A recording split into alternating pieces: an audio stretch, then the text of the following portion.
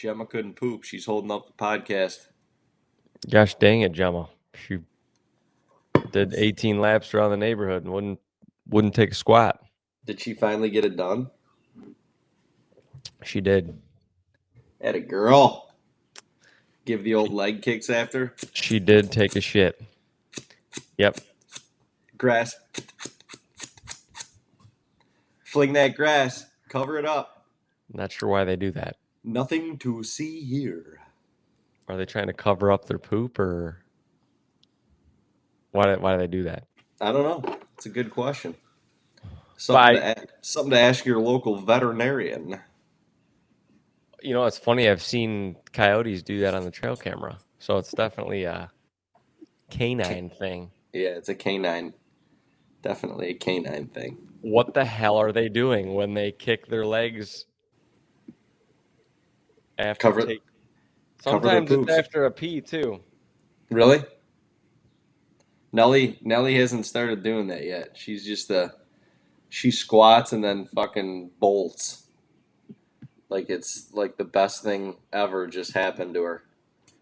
I'm Googling it right now. Oh, we got a new addition to the Goose Chasing podcast. When you Google. It says when your dog kicks up grass behind himself or herself after he poops or she poops, he's simply trying to mark his or her territory. Naturally. I guess that's it. That wasn't as exciting as I thought it was going to be. No, I thought there was going to be some crazy shit going on there. Your dog heads outside to use the bathroom, does his business, and then starts kicking backwards toward the mess. Why? Who said it was a mess? What if it was a smooth criminal? That's it. Just trying to mark their territory. It's only messy if it was taco night. All right, this one has a little bit of a better answer. All right, let's hear it.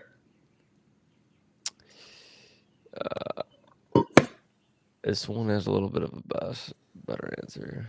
Let's see. Dogs have glands in their paws. Steven Glansberg's. No shit. In their paws that release pheromones that trigger social interaction with other dogs. These pheromones from dogs' feet last longer than the scent of urine or feces, making them more effective as a communication tool. Wow. It's like a freaking scrape. I think he wants to communicate. If you've ever sniffed your dog's paws, you'll notice a specific smell that isn't always clear. Isn't always a clear sign that they need a bath or grooming appointment. It's likely that your pup has recently stimulated the pads on their paws to produce pheromones and spread their quote-unquote scent. Much better answer. The first guy was just fucking putting that up there for SEO. Yeah. That was the real shit. Yep. While these chemical reactions aren't visible to the human eye, they're as powerful as putting a mailbox out in front of your house with your last name on it to claim property. See, Gemma just wanted to find the right. She was trying to communicate with the boys in the neighborhood. That's all. She's like, I gotta find my right spot. Where's Henry gonna be walking down the street later so he can smell me? We need to communicate. Yeah, it says the behavior dates back thousands of years when dogs lived in the wild and were responsible for fending off prey. Oh, Gemma, just trying to get the boys and fend off prey. That's it. She's like, this is my yard. This is my yard. I know there's other dogs in this neighborhood, and they don't need to come in my yard. Or maybe they do. Very interesting, boys. Very interesting. It's the communication scrape for canines. I mean, you just think about it, all four-legged animals that can't talk. They talk. They do. With their paws. They talk with the paws. They're positively communicating. And not the front paws. They normally talk with the back paws. Well, that's hilarious. Next time I take a dump, I'm gonna friggin' kick my feet back and see if someone notices. See if Elena comes in the room and says, "Are you trying to tell me something?" She's like, "Oh my gosh, my stud has been here recently. Did you just work out? Did you just work out? Are you trying to work me out?"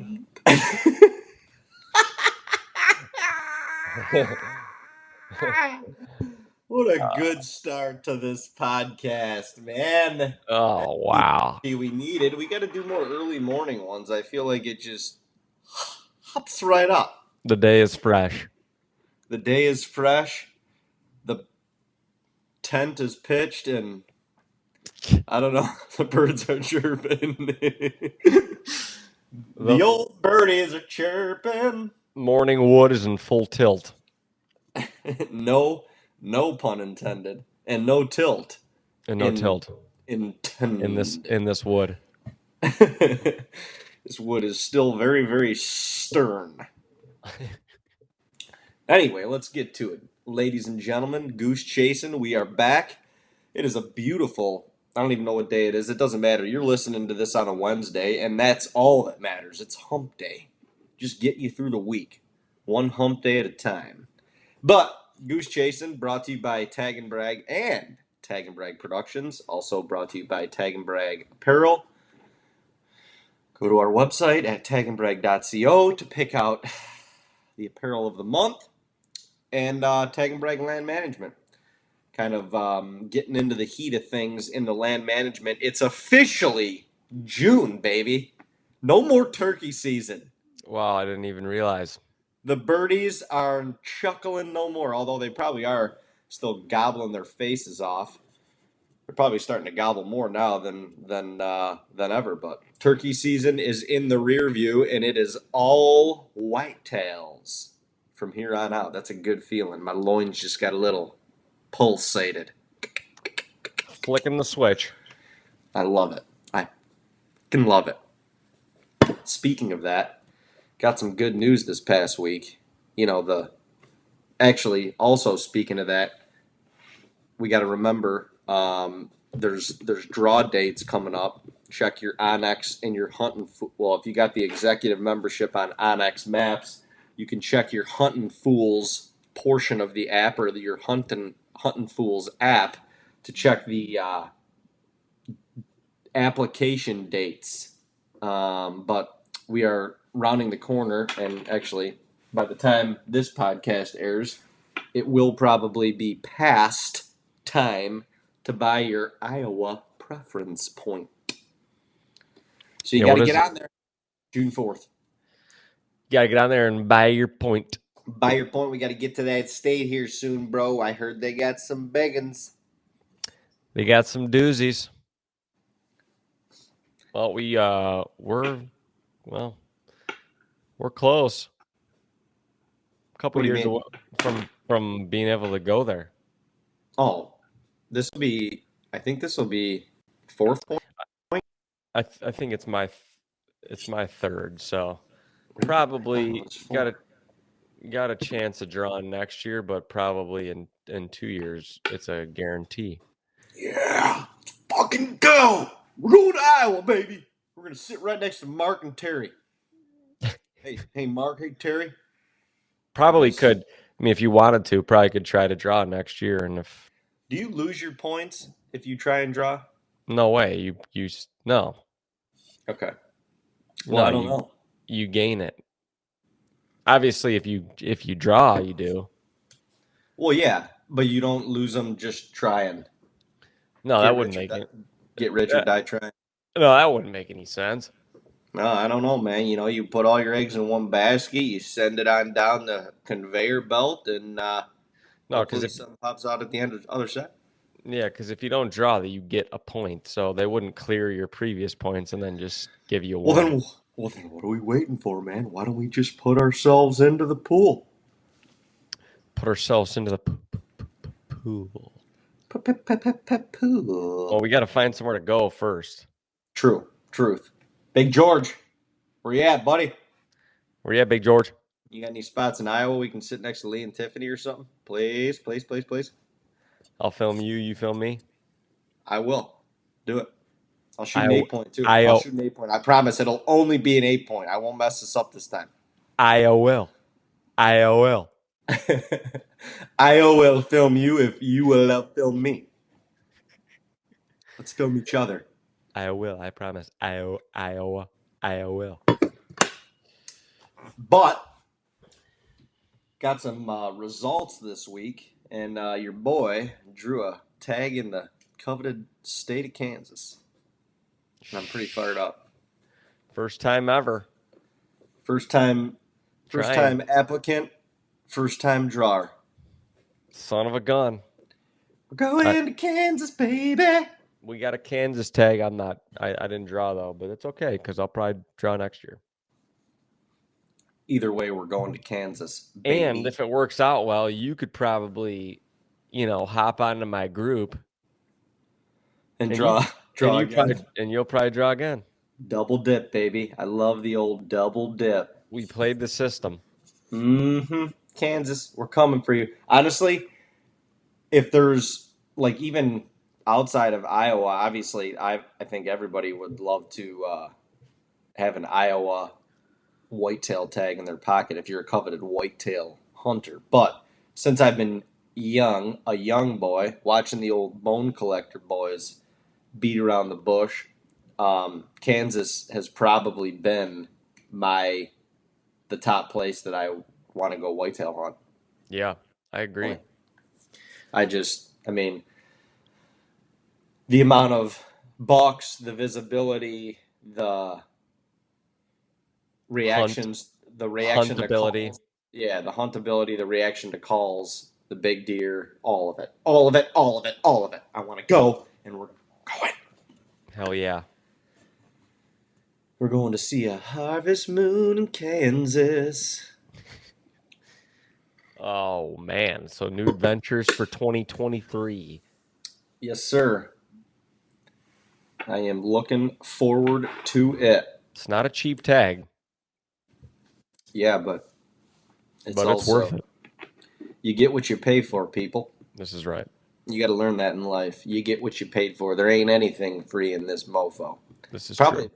The most, and I wouldn't even say that, the Ohio non-resident tags are relatively inexpensive, I feel like, compared to other states. But I don't know, man. Ohio, as much as I love it, I know I have a little stigmatism because I haven't put a tag on a whitetail in Ohio in quite some time, but I just feel like the hunting is drastically changing. And there's obviously still big deer all over the place, but with the amount of people coming in, the floodgates are just wide open for anybody and everybody who wants to come in. You can bait. The season is 4 months long. I don't know.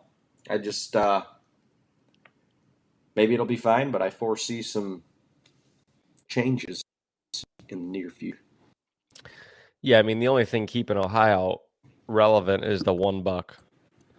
Yeah. Is the $1 thing, and 1 week of gun season. Yeah, just 1 week of gun season. But yeah, it's wide open. So definitely it's definitely a popular state to lease ground in because you can always come and get a tag. And yeah, non-residents from the bordering states definitely are.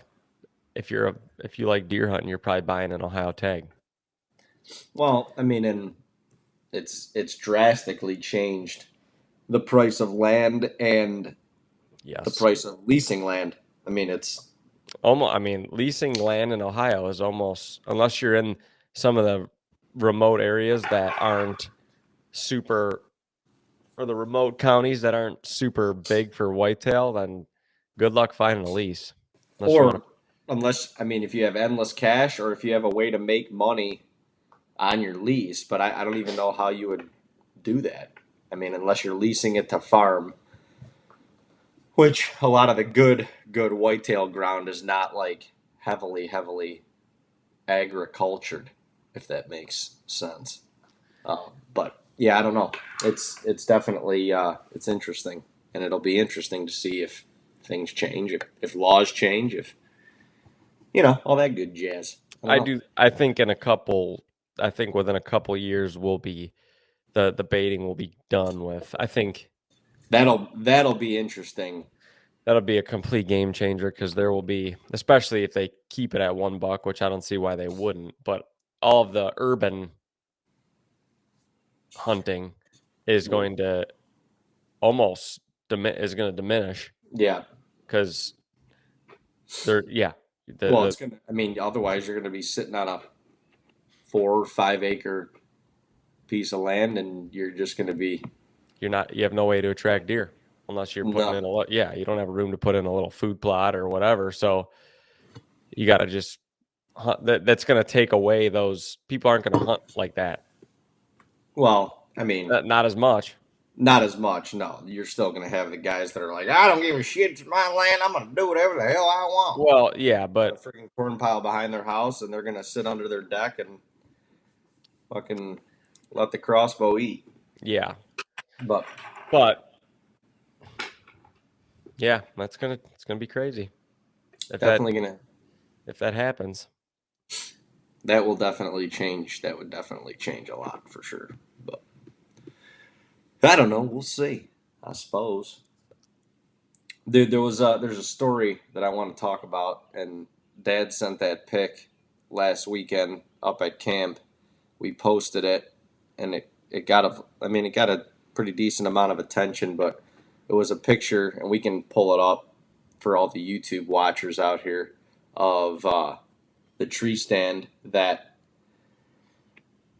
I don't know. I guess it was a kind of a famous stand in our arsenal. We had a probably what was it like a 8 to 10 foot ladder, old ladder stand, and it was on this massive pine tree down in our bottom, and we wanted to like in this when you're in the stand, the way the pine branches kind of went over the back side. I mean, you were pretty much completely blocked off from your backside, but the deer often traveled like from behind you up and under you or vice versa, and so it kind of eliminated like 50% of your hunting. So I think it was you, Dad, and was it Brendan that put that wooden stand up? Might be right. I think it was, and I don't even know how you guys got the it was a man it was a ladder stand that went up to then a man-made tree stand, and it was the old school ways that we grew up hunting where you just picked a couple trees, you nailed some 2x4s as braces to the trees, you put a piece of plywood down as the platform, and you maybe tried to make a little seat out of something in the tree to make it comfortable, and that was pretty much it. I mean, oftentimes once we started hunting, my dad would branches at like waist level so that you had a little bit of I don't know, just a little bit of like a safety net so you didn't fall, or it was just kind of like a little rail that you could Hide rest on. behind. Blind. And that got the tree stand up like another 6 feet from the ladder stand. So now you could see everything you needed to behind you because you could see over the pine branches that were kind of drooping down. And you still basically had the same visibility in front of you, but it made the stand, pretty universal. Um, and man, if that tree stand could talk, I don't know. There would be a lot of stories to tell. But my dad went down. He was beaver hunting. We got a beaver issue going on, and we got a nuisance permit. So he was down there grinding away at them beavers, and he drove past the stand, which we don't normally go by because it's way down in the bottom, and one of the massive pine trees. Like I don't even think it uprooted; it just kind of fell. Looks like a cracked. Yeah, Yeah, we definitely had some high wind storms in, I think, end of March, maybe in April, because there's random trees down on the property. So Couple big ones. so yeah, the that massive pine tree fell, obviously completely dismantled the wooden portion of the stand, and the ladder stand is now kind of perpendicular to the ground with the feet of it sticking out. But, just kind of the end of an era in that tree. There was a lot of, I remember a lot of hunts in that tree, but I think the very first hunt out of the wooden portion of that stand, I killed what was like, I don't know, like our first like good buck with a Yeah, bow. I mean, yeah, I don't know how else to say it. It was the first like good buck, yeah. Great buck. and Dean was hunting. We were kind of, I mean, we were only a couple hundred yards apart. Dean was up the hill a little bit in the stand that we call Four Corners, and I was down the hill in the bottom, and it was one of those rut days in November. It was November 12th. It had to be 2006. That's a long fucking time ago. But it was one of those days. I remember the morning hunt so well. I saw 4 different bucks. 2 or 3 of them were like what I would consider good bucks, or what I would have considered good bucks at the time. Every one of them was chasing. I had this probably 2.5-year-old 7 point that was running a doe like right under my stand. And this was I was in a completely different area of our property.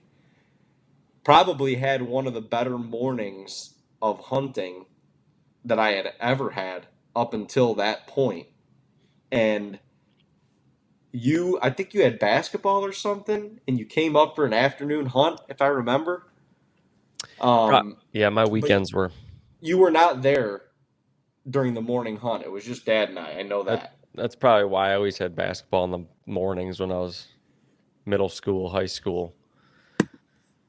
Yeah, So Dean comes up in the afternoon, and we all oftentimes we hunted together. Still at that point, we weren't filming or anything. There was always talk about getting the cameras out or whatever. But I mean, we were, I don't know, 17. I was 17 or 18 years old at that point. You were 15 or 16, something like that. So one of Dean's favorite stands is a stand we call Four Corners, like all the way in the back of our property where he shot his first buck. He was notorious for letting it rip back there. So I know you wanted to get into the stand, and I'm like, well, if you're going to go back there, I'm just going to walk back there with you. yeah, Which at the time, like, if you had a hot morning or if you had like a good day in a tree stand, you weren't leaving. Why would you move? It's like yeah. Uncle Jeffrey says, don't, if you're fishing, you're catching fish, don't leave fish to find fish. Never. Keep catching. Well, I went against the grain there, and Dean and I made the maiden voyage all the way to the backside of our property. Um, I dropped Dean off at Four Corners, and then I made my way down the hill, and I got into, I don't even remember what we called, if that stand had a name or what, I don't even know if it did. but I crawled up into the ladder stand and then shimmied my way up into the into the man-made wooden portion of the stand. And honestly, at that point for me, like, I had an awesome morning. I was just kind of like very laissez-faire about the afternoon hunt. Like it warmed up. Yeah, it was like, I remember it was like 60 degrees and sunny.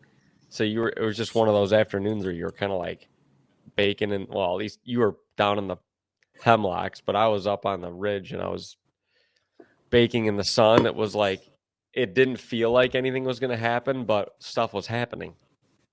Yeah, the deer were. It was just. I mean, it was probably just those couple days on our property specifically where the does were hot and shit was just going wild. But I remember I got down there, I got set up, whatever. I'm sitting there, and I get my bleat can out, and I tip the can a couple times, give it the old and dude, right away, this like 6 point comes out of our bottom, and he would like I could tell. I mean, it was within minutes of my call, and he came out and he was trying to investigate. Like he wanted to figure out what was happening, where that was coming from, whatever. And that freaking deer comes right under me, right under the stand. He's sniffing around, whatever, and then he starts making his way up towards Dean. And at that time, I don't know. I don't know what the legality is of the radios now in New York, but at that time you could use them. We had the little walkie talkies, and for us it was kind of like even more of just like a safety thing. My dad could kind of keep tabs on what we were. I don't even know if we had. Did we even have cell phones then? I don't even know. I don't think, but not ones that we were using in the woods. For sure. Yeah, there was no way to even if you did have a cell phone, it wasn't going to work. So right, there was no way to communicate. So, sometimes we would just like pick times, like, oh, turn your radio on at 10 o'clock, you know, or whatever, just so we could check in and make sure everyone's all good. Yep. So I hit Dean up on the radio. I'm like, hey, boy, you got your ears on up there? And I'm like, hey, like, give a grunt or a bleat or something. You know, I got this little buck down here. See if he makes his way up there. And I think you gave a couple calls. I couldn't even hear him. But this deer was, you know, kind of up between us at that point. And sure enough, he came right up to you. Yeah, he came right up to me. I can't even remember if I was. I can't honestly. I can't remember if I was trying to shoot him, or I don't think I was. No, I don't think either. Well, I don't think either of us were. It was just small. Yeah. It was a small deer, but it was only like three. Like it was relatively early when all the stuff went down. Well, I mean, literally, I got in the stand and I made I got set up and I made those calls, and I mean, it was within 10, 15 minutes of getting set up, and he came out right away, and he was looking for poon. Yeah. I had another small buck I remember behind me. That was kind of just deer.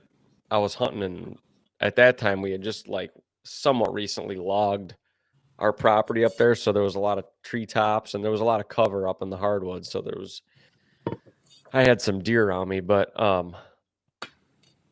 yeah, I remember in the midst of calling, I heard these like sticks break up on this hill. I don't even remember. It had to be 3:30, 4 o'clock. It wasn't. It was relatively early, yeah. I mean, it was. And from the neighboring property, I see this doe like launch over the ridge, and she's just running, and I'm like, "What the hell's going on here?" And literally 15 yards behind her, all I'm seeing is giant set of horns, just on her ass. They're just running through the woods. And I'm like, holy, I remember grabbing my grunt call because I was like, you know, I picked it up, and then I'm like just staring at the deer running through the woods. I'm like, this isn't not gonna do a damn thing right now. Like all I can do is watch and hope she runs by me, which she did not. But I remember them like doing a couple zigzags through the woods. They went over another ridge, dumped down into the bottom, and I just watched them like just running the whole time, easing into the bottom, and then like all of a sudden the light bulb went off, and I'm like, holy shit. Like this deer is literally I can almost see like the tree David's in. I can just see the cluster of trees, and I obviously can't see them. It's so like thick down there. But they're literally running right at it. Like right at the tree. It was nuts. And I'm like, I was like, oh my God, he's gonna get a shot. He's gonna get a shot. And I'm like, oh, but the deer's running. Like, what's gonna happen? And it was like the deer disappeared, and they literally disappeared. It felt like under his tree, and I was just waiting because I couldn't see him. I didn't know what the hell was going on. It was And there's deer. It was chaos. There was these two other bucks were still within 30 yards of me, and I remember looking at them, and they're just watching the two deer like, holy shit. Like stuff's going down, I can't go mess with them. Dude, I just remember I was in the tree, and you had called that little buck in. I mean, it was a beautiful Yeah, it was day. nice afternoon. And man, I hear the leaves like rustling, and it's getting louder and louder at a very rapid pace. And I'm like, it was one of those moments where like you don't even know what to do, but you kind of know what's about to happen, but you don't know what it is or what it's going to be, Yeah. And I'm just hearing these leaves rustling. I mean, it sounded like a pack of cattle just raging through the woods at full speed. And I'm sitting there, and so my back is up against the pine, the one big pine, and off to my left is the back, like technically like the back side of the tree where you couldn't see before. And it's kind of like this, I don't know, maybe like a quarter acre little brush, kind of almost like a little CRP patch. And if the deer are in it, you could get a shot. They would walk. There was a couple noticeable trails that went right through it, and one like they kind of crossed right in the middle.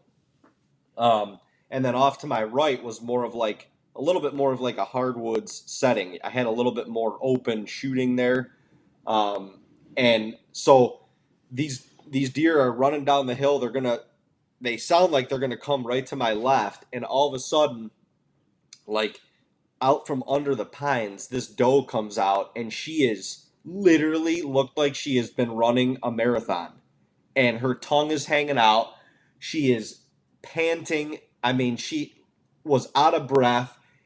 She comes into the little CRP patch, and she's running like kind of, I guess, parallel with the way that I was facing. So she's running at like 30 yards.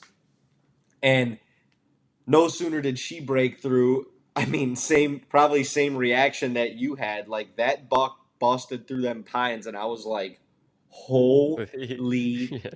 shit. We Holy don't shit. normally That is we don't normally see bucks this big, and not a no bear. way, dude. That is a giant. Like I was like, oh my God. Oh my God. She gets right into the middle of the CRP patch, and there's like a cross of the path of like the main deer trail in there. And dude, she takes a hard right and comes at me, right at me. Now, meanwhile, those pine branches that were kind of blocking the backside of the ladder stand are right at my feet, basically. So I can't shoot right under the tree at Yeah, all. it's Like completely I blocked. got I got to get it. I need like 15-yard clearance on either side of the tree to get a shot. I mean, that's part of what made the stand so awesome is there was no way in hell the deer were seeing you up No. there. So she comes like she takes a hard right, runs right at me. Obviously, he's following, and she gets up under the stand. I just lost where she was. My focus was on him at this point. I draw. He's coming right at me, and like, dude, just out of reaction, I tried to stop him a couple times. He stops. He's kind of in the area where I can't really. All I can see, I look down. He stops. He has no clue what's going on. I can't really see his head, but I can see like I have a probably be a 1 foot in diameter opening in the pines, and all I could see was like the backside of his shoulder and vitals. And I'm like, I'm already drawn, and I was like, Oh holy my God. shit! There it is.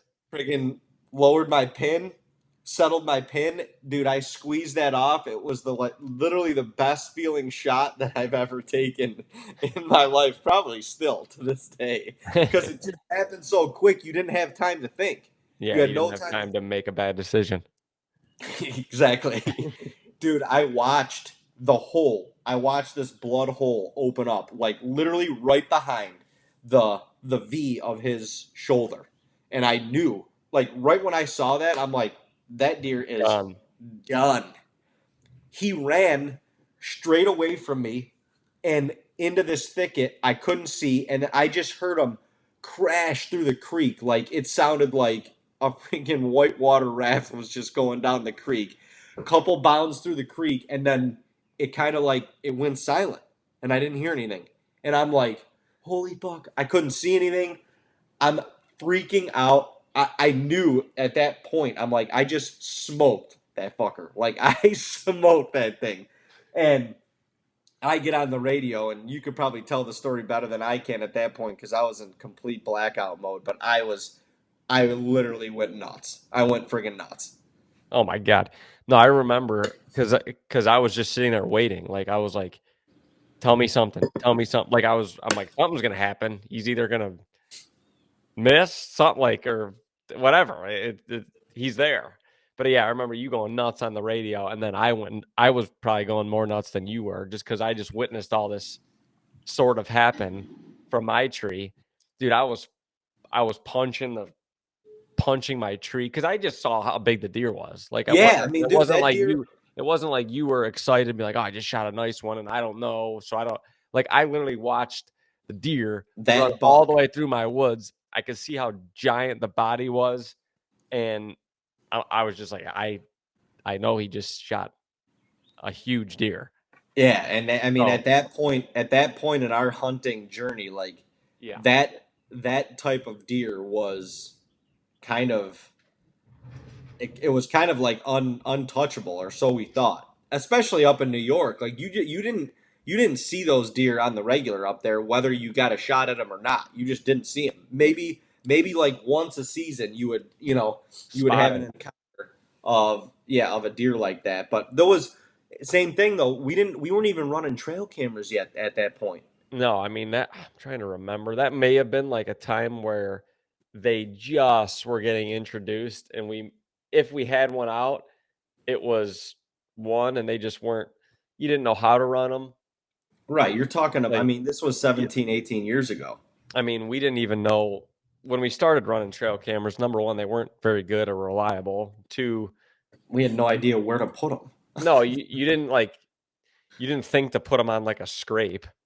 You were just kind of like, what, let's put it on a trail. And Put it on a trail, it yeah. was called a trail camera, so it's got to go on a trail. Put it on a trail or a field. You thought like if any deer walked into this field, it was just going to happen. It's gonna take pictures, but you didn't know what deer were in there, No, which was a cool past time. I think you didn't know what deer were there, and right. the way the way that buck was running, I'm sure that was part of his core, or like it was part of his living area. I'm sure, but it seemed like that deer could have come from 4 miles away. Easily in about four Just and a half because minutes. where I could see and where I knew he come from, like where I knew he came from, he was covering ground. Like it wasn't like, oh, they were doing circles in a core area. Like they were kind of going straight lined. Yeah, And they covered a lot of ground from when I heard them to where I saw them walk, run all the way by and then to where they got to you. But yeah, insane hunt. Um, Yeah, I remember we had to go all the way out. We couldn't cross the creek because it's so deep. well, I remember after that, Dad and Uncle Jimmy were up there with us. Dad ended up shooting it. Dad was like he was up on the neighboring property, I think. And I believe didn't he shoot a doe or something after that? Because he was just like, I can't. somebody He might shot have. one. Dad or Uncle Jimmy shot a doe. Somebody else shot another deer Yeah, that same day. Well, it was. I mean, we actually may have been a button buck. there's a very probably 75-25 chance that it was actually a button buck. But it was early in the afternoon still, so we were sitting it out essentially. And I remember after that, you remember the other 8 point that came through? Yeah, on that Did on he the come on our trip.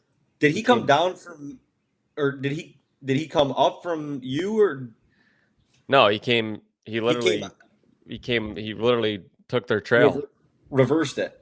No, he didn't revert. He literally took their trail and he went Okay. down to you, and then I think he laid down That's down what somewhere that's by you. yeah, he came right down their trail. You couldn't get him because that I mean, it was I probably would have like a shot him. two and a half year old 8 point. Yeah, at the time Yeah, letting that one rip. But he came down and he was just circling like that little witch hazel CRP area. That he was nose to the ground and he was just zigzagging like he smelled her, but he couldn't figure out where she was. And then he literally just laid down in the middle of it, like I'm gonna just wait here and hopefully she comes back. Yeah. Crazy. I mean, once again, from the morning to the afternoon, it was one of the craziest rut hunting days that I've ever experienced. It was just one of them days. One of those days when it's popping, you just gotta stay in until it happens.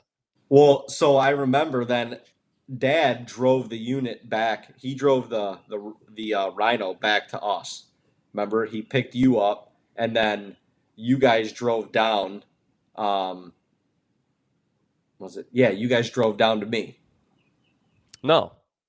Yes. Dad found that thing before we did because he was on the other side of the creek. No, but he started on our side. He crossed and he was gone. Like he literally he came down to us. We found first blood. I mean, the deer only ran 20 to 30 yards before he was in the creek. Dad was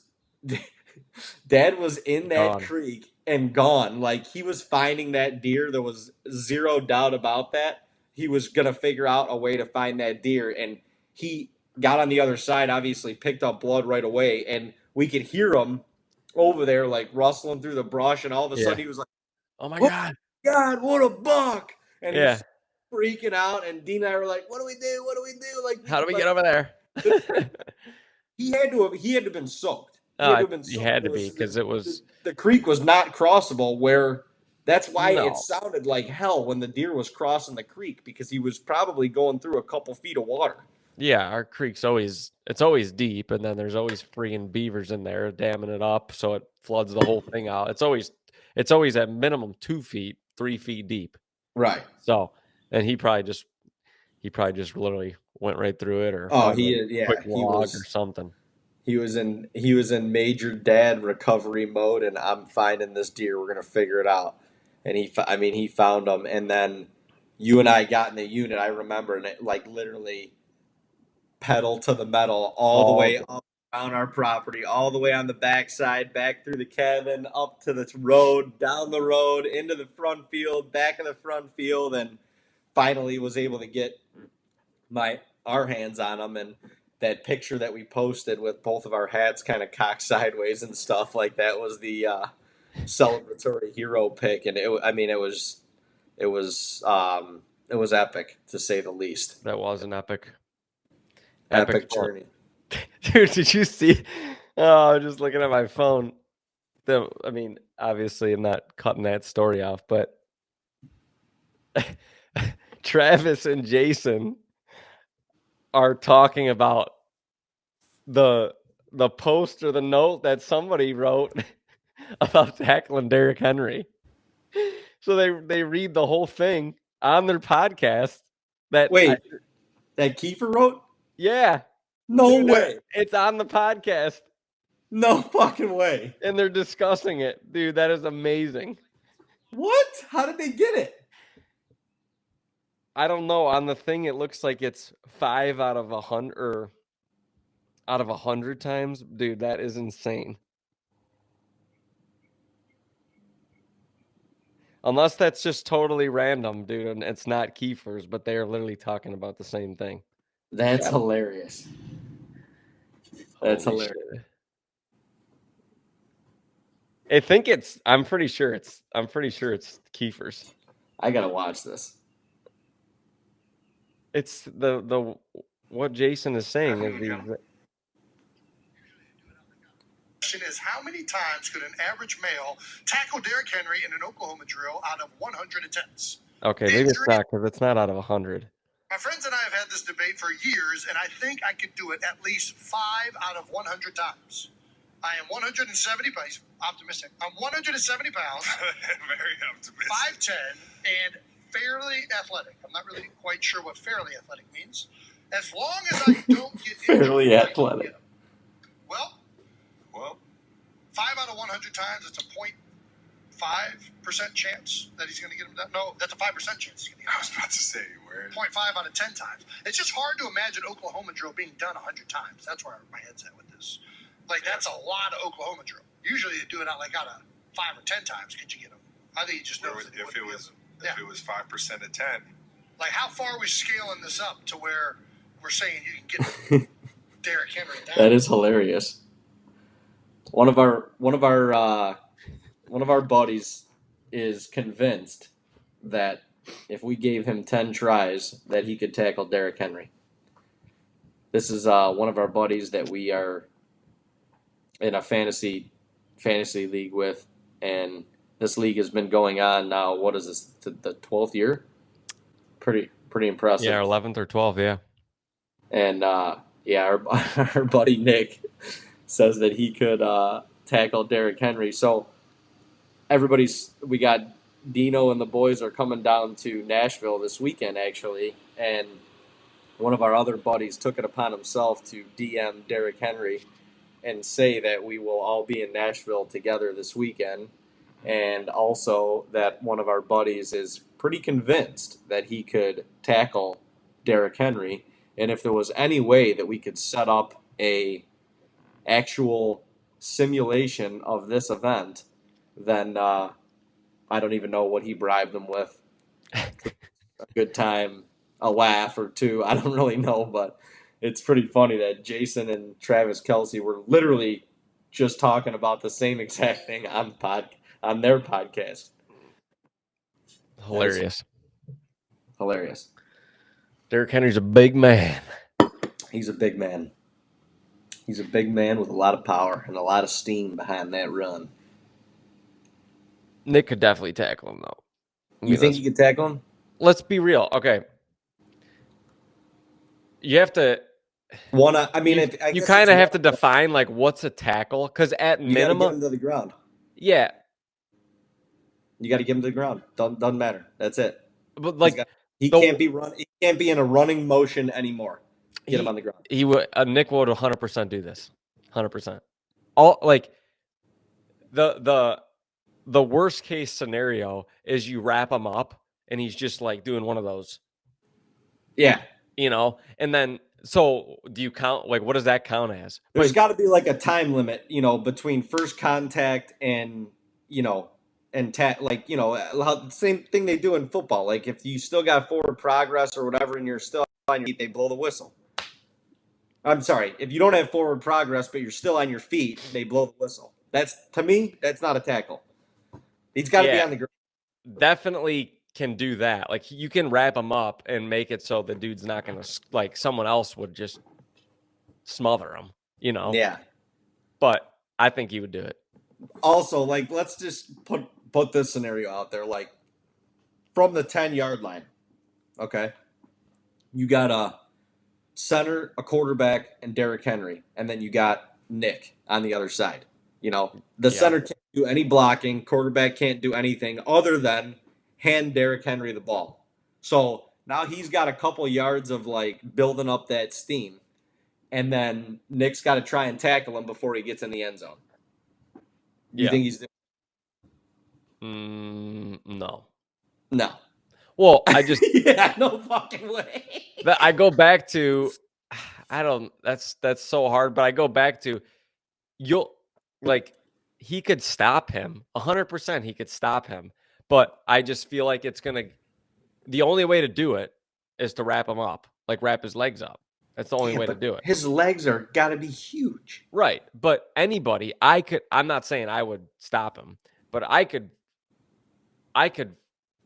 out of 10 times, one of them, I could figure out how to grab his shoe, and you hold on to that thing. You're not letting go of his shoe. Like, it's a freaking anchor. So I probably wouldn't do anything to Derrick Henry. He'd probably just be like a fucking, extra shirt on that guy, and he's running stuff full speed. Nick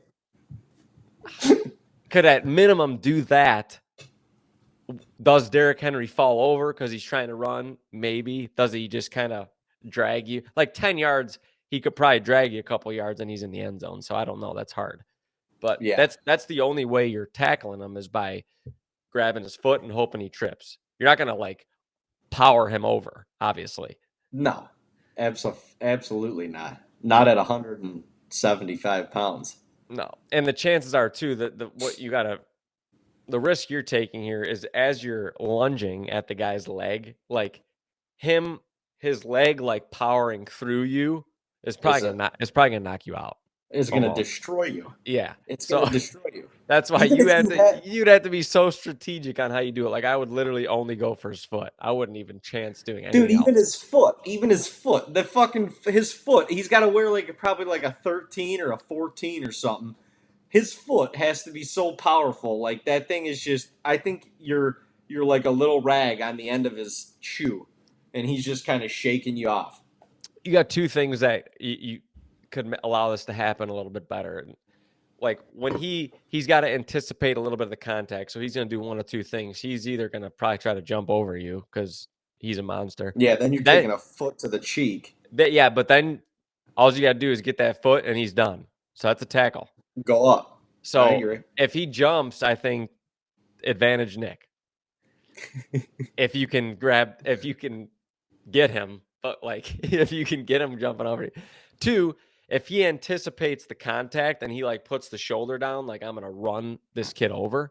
If you can get below him and still get the foot, then he's done too. Because all his momentum's already going like down because he's anticipating the contact. If he just says, I'm gonna straight up stay in my position and run right through you, then God bless. I don't know. I wouldn't want to be. That's what he's saying 100% of the time when it's one-on-one and he's facing a dude that's 5'10", 175. Yeah, but he might say like, I'm just going to lower my shoulder and put this kid into the dirt. And and you can kind of do one of those like slide below the shoulder, like literally almost just put yourself on the ground and grab the foot and poop. He's over. We got to make this happen. We got to make this happen. We got to get in the teammates' DMs. We got to get a hold of Derrick Henry. They got OTAs right now. They got to be in town. They have to be. This is a perfect opportunity. Yeah, but is Derrick Henry in town? All the guys will be here to witness, this happening. I mean, we got to figure this out. We could do it right on Broadway. It'll be sick. Pad up and close the streets. Hilarious. But yeah, I mean the stiff arm alone could. I don't know. The stiff arm alone could make you lose your probably 3 or 4 days. I feel like. Oh, definitely could. Break 14 ribs with one stiff arm. Yeah, that's got to be. But I think out of 10 times, my money, if I had $1,000 to put on it, I would put on it that he's going to get him. He's going to tackle him one time. Wow, man, that's such a tough bet to take, dude. I got a lot of faith in Nick. I do. I got a lot of faith in Nick. I do, but that's just I think he makes him shimmy a little bit, but. I guess we got to define the tackle, like you said. We got to define the tackle. And how I think he could get him. Yeah, I think he could stop him or get him to the ground. I don't know what. Somebody said the Oklahoma drill. Is that just like 1v1, like sumo style? I mean, I never played football before. I think Oklahoma is like it's a pursuit. Like it's like a halfback. It's like a running back toss, and you're both pursuing to like the outside. Oh, Jesus Christ. He's got no chance. Dude, that's why I'm saying you have to. That's why I'm saying like you're both kind of going at each other, and you got to like. If you give, that's why Jason's like you can't do that 100 times. No way. You can't even do that 10 times. Way. Yeah, 10 times, and you might as well just call the ambulance now. If that dude has momentum, you are done. Any normal civilian is completely fucked. I'm sorry. You have no chance. So when I played, I had one year. No, I had 2 years under my belt playing football, and I'm not a big man now. I was even smaller then. But I remember I had a couple. I remember this running back from Kenston. This dude was he was built like a brick shithouse, and it was Oakland. Like this was in a game though, This Yeah. was it was Oklahoma. Live It was Oklahoma Oklahoma drill to the outside. All it was me and him. That was Oh, all God. it was, dude. And I did what I'm picturing Nick would do, and I got my ass ran over. Like literally, like I just like took it, but But he didn't go any farther either. no, he put his head down like I'm gonna run this kid over, which he did. But and but but in the process, I grabbed him and he fell. So I tackled him. I got my ass run over, but he, like, you know, I caught him. I caught him basically and ran him over. And his willingness to run me over put his momentum going towards the ground. And I just grabbed his foot and it was down. I got on I was on the ground. I was like, fuck, I just got my ass licked. But I was kind of pumped up because I'm like, all right, he's on. Like I did my job. He's on the ground. He probably got an extra 2 yards because he went through me. But I got him on the ground. No, he didn't get a touchdown. So that's what I'm picturing. Gotcha. Okay. Kind of happening. And I think Nick could do it. I mean, dude, there are corners. I'm most of the time one-on-one with Derrick Henry. The corners are going to lose. Like they just lose. But there's times when they make the tackle, like they trip them up or they grab a foot and they make the tackle. And there are corners in the league that are Nick's size or even smaller. Yeah, they're tiny. No, I mean, I do agree with that. Like, yeah. I mean, dude, Newsome and a couple of these dudes on the Browns are not big. They're not big. They're not big at all. Yeah. So, man, we got to line this shit up. That would be absolutely epic. It's definitely one try. Just Derrick, just give us one try. One. We don't have to do 10. Just like we just want to see it happen one time. All we need to do is document it one time. Nick goes flying, or maybe he doesn't. Nick tackles him. We go celebrate. Derrick can come with us. Bachelor party. Be fucking amazing. He would do it. I mean, yeah, he would do it. If he doesn't get knocked out on the first try. Can you imagine, like... He would do it. He does it and, like... Fucking tears his Achilles or something.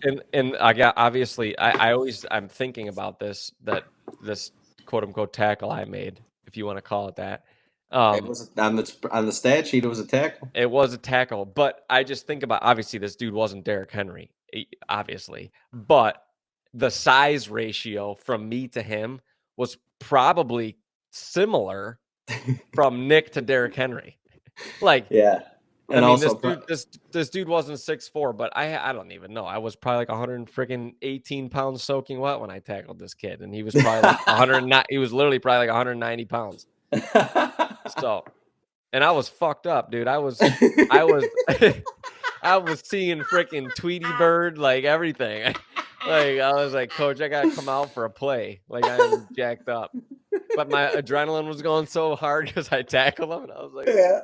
You probably got chest bumped by like 3 of your boys too after that. Oh my god, dude, they got licked. But yeah, he did. He went down. So I have faith. Funny. I have faith Nick can do that. I want to see it. Let him run your ass. You almost got to let him run you over. You got to take it. You got to take it and deal with it in the process, I guess. Let him run you over and just boop. That is too funny. Grab him on the way. Oh my goodness, that's good shit. But funny. Well, shit. That is funny shit in multiple different ways. Oh my goodness. Well, I don't really know what else we want to get into at this point. Yeah, nothing crazy. Maybe next week we can. Next week hopefully we'll be planting up at camp. We'll have some good destination springtime food plot stuff to talk about. But there is still no rain. No, next Sunday, June 11th, there's a 40% chance in the forecast, which means absolutely nothing. But well, you got to get it in before then because we're going fishing. Yeah, I'm planning on getting it in next week regardless, and probably just saying a prayer. But right now it is dry. Still bone dry. Yeah, it's crazy and very, very unlike the Mother Nature, especially in the springtime up there. Yeah, Man. definitely is unlike it. So, well, do a little rain dance for us, people. Do a little rain dance. Not too much though. And hopefully next week on Goose Chasing, we'll be talking about or maybe showing proof that our buddy at least attempted to tackle Derrick Henry. Oh, that would be epic. But in the meantime, y'all know what to do. Go subscribe to our YouTube channel at TAGNBRAG. Follow us on Facebook, Instagram, and TikTok. And obviously, subscribe to our podcast here on Spotify. We appreciate y'all listening in every single week. If you want to hear something, just drop us a line, shoot us a DM, send us a comment, whatever you want to hear, talk about, story you want to hear, whatever. We're all ears. We got a lot more stories to tell on this here Goose Chasing podcast. And as we get closer to the season, it's just going to get more buttery on the biscuits. I'm looking forward to it. Bones just starting to grow. Things are going to start getting exciting here. So, yes, sir. But y'all have a fantastic Wednesday, and we will see you right back here next week on your favorite podcast, Goose Chasing. Chase them up. Peace.